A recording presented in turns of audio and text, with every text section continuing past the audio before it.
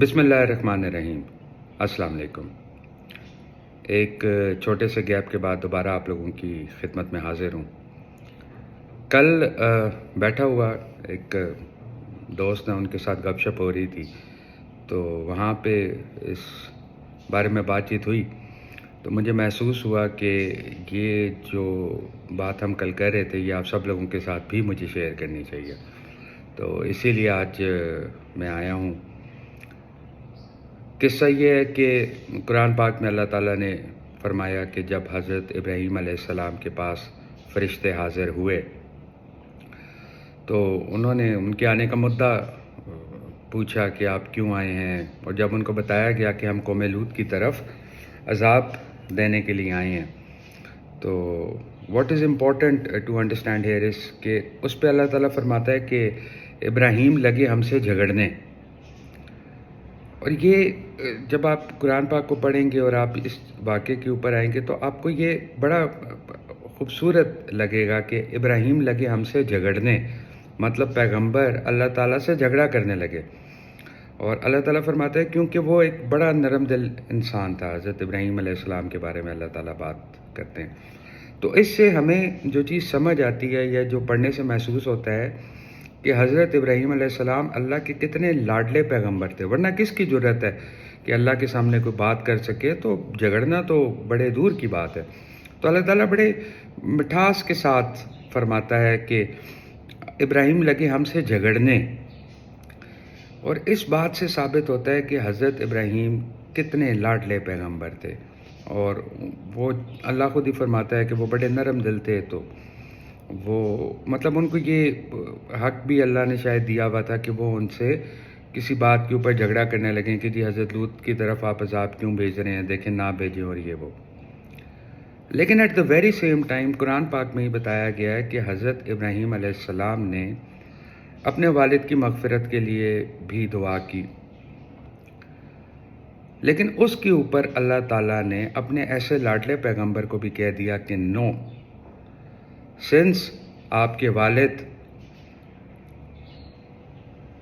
راہ راست پہ نہیں ہیں، اللہ کے راستے پہ نہیں چل رہے، تو ایون دین کہ ڈسپائٹ آپ اتنے لاڈلے نبی ہیں، پر آپ کو اجازت نہیں ہے کہ آپ ان کی مغفرت کے لیے دعا کریں۔ اور پھر قرآن میں یہ ہے کہ حضرت ابراہیم علیہ السلام نے پھر اس پہ تبرہ کیا، مطلب ریگریٹ کیا، اور اس چیز کو ایڈمٹ کیا کہ ہاں ہی واز رانگ، کہ انہوں نے اپنے والد کے لیے مغفرت کی دعا مانگی، اور وہ اپنے والد کے لیے مغفرت کی دعا نہیں مانگ سکتے۔ یہ ایک واقعہ آ گیا۔ دوسرا واقعہ حضرت نوح علیہ السلام کا۔ اب یہ اگین ایوری تھنگ از ان دا قرآن پاک، اور میرا مقصد یہ ہوتا ہے کہ قرآن پاک ہماری سمجھ کے لیے، اور اس میں بے تحاشا چیزیں ہیں جن کو ہم نے سمجھنا ہے، اپلائی کرنا ہے، اور آج کے دور میں آج کے اپنے اوپر بھی امپلیمنٹ کرنا ہے۔ تو اب دوسرا واقعہ آپ کو بتاتا ہوں۔ حضرت نوح علیہ السلام جب ان کی قوم پہ عذاب آیا، پانی چڑھ گیا، تو حضرت نوح علیہ السلام کا بیٹا، آپ نے ان کو بولا کہ آپ بھی آؤ کشتی میں سوار ہو جاؤ، تو ہی ریفیوزڈ کہ نہیں جی میں کسی پہاڑ کے ٹیلے کے اوپر چڑھ جاؤں گا اور میں بچ جاؤں گا، لیکن وہ اللہ کو منظور نہیں تھا۔ تو جب وہ حضرت نوح علیہ السلام کی آنکھوں کے سامنے ان کا بیٹا ڈوبنے لگا، تو حضرت نوح علیہ السلام نے وہاں پہ اللہ سے دعا کی کہ یا اللہ پلیز میرے بیٹے کو بچا لیں، یہ میری اولاد میں ہے، یہ میری اولاد ہے، میری سگی اولاد ہے، میری نظروں کے سامنے ڈوب رہا ہے، یا اللہ اس کو بچا لیں۔ تو اگین وہاں پہ اللہ نے اپنے نبی کو کہا کہ نہیں، یہ دعا مت کرو، یہ پیچھے رہ جانے والوں میں سے ہے، اس نے ڈوب جانا ہے۔ اور نبی کی آنکھوں کے سامنے ان کا بیٹا ڈوب گیا، اور حضرت نوح کو احساس ہو گیا کہ ان کو یہ دعا نہیں مانگنی چاہیے تھی۔ کیوں؟ کیونکہ ان کا اپنا بیٹا اللہ کے راستے پہ نہیں چل رہا تھا۔ تیسرا واقعہ حضرت لوط علیہ السلام،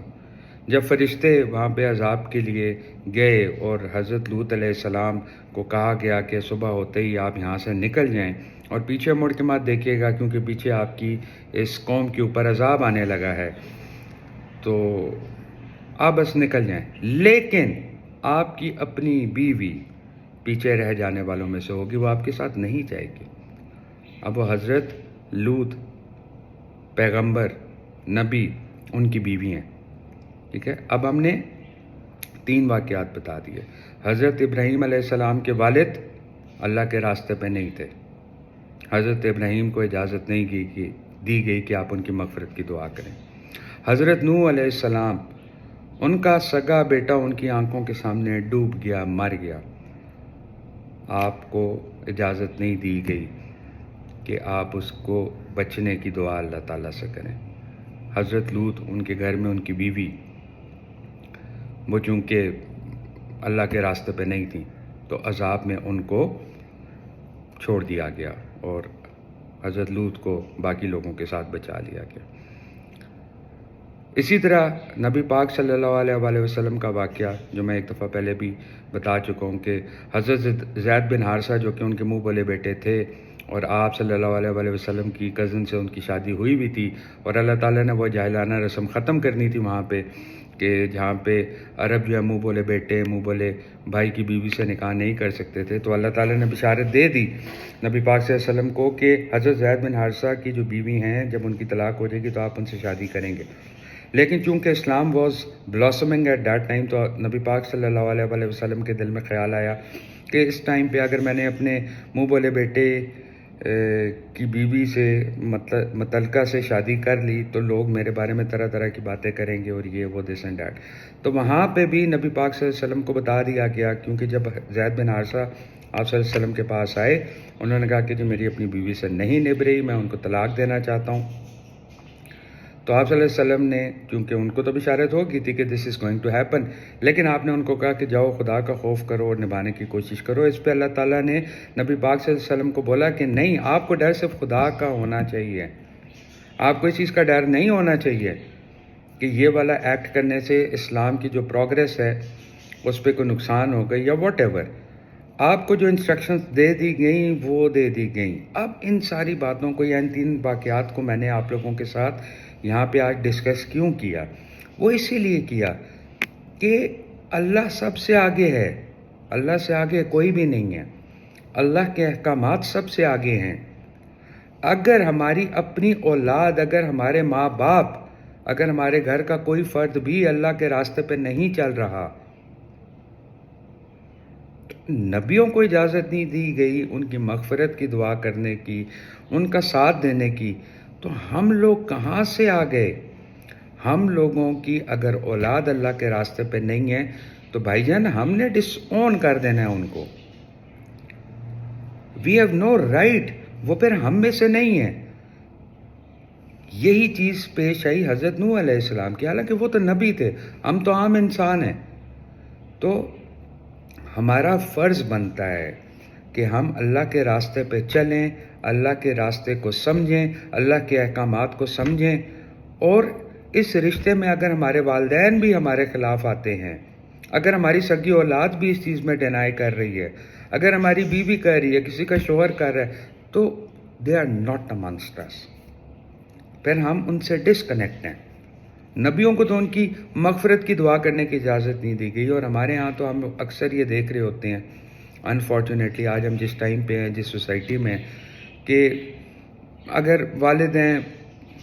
بہت اچھے سے اسلام کو فالو کرنے کی کوشش کریں تو بچے شاید ڈی ٹریک ہیں،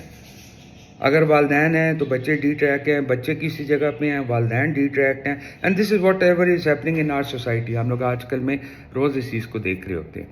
is it right? Is it justified? ایسے میں ہمارا رول کیا بنتا ہے؟ بھئی نبی کو اجازت نہیں دی گئی اپنے بیٹے کو بچنے کی دعا کرنے کے لیے اللہ سے۔ آج اگر میں ٹھیک عمال کرنے کی کوشش کر رہا ہوں فار ایگزامپل، اور اگر میرا بیٹا نہیں کر رہا تو کس کی رسپانسبلٹی ہے؟ It is my responsibility. اگر میرے والدین مجھے کوئی ایسی چیز کہتے ہیں جو کہ اللہ کے احکامات کے اگینسٹ جا رہی ہے تو politely I have to refuse them, مجھے اوبے نہیں کرنا ان کو۔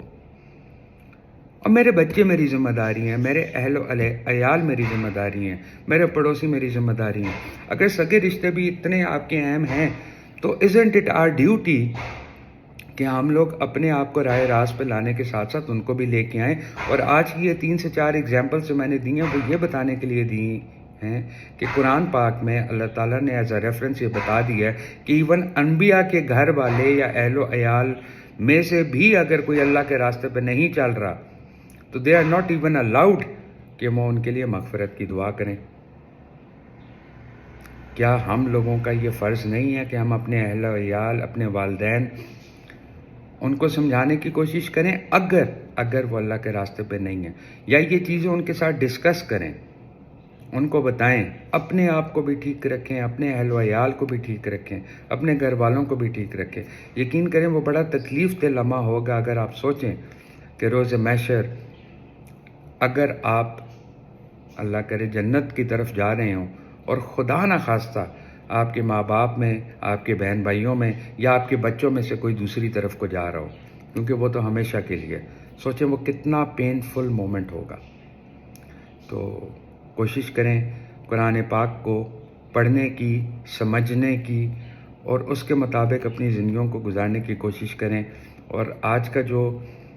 جسے کہتے ہیں کہ کی نوٹ تھا وہ یہی ہے کہ سب سے پہلے، سب سے آگے صرف اللہ ہے، اللہ کے احکامات ہیں، اللہ کی ہدایت ہے، اللہ کا بتایا ہوا راستہ ہے،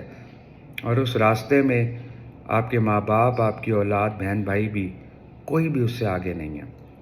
اکثر دوستوں میں بیٹھ کے یہ بات کی جاتی ہے یا کبھی ہو جاتا ہے کہ مجھے فلانے نے غلط راستے پہ لگایا، یا مجھے فلانے کی وجہ سے میں بھٹک گیا، میں بہک گیا،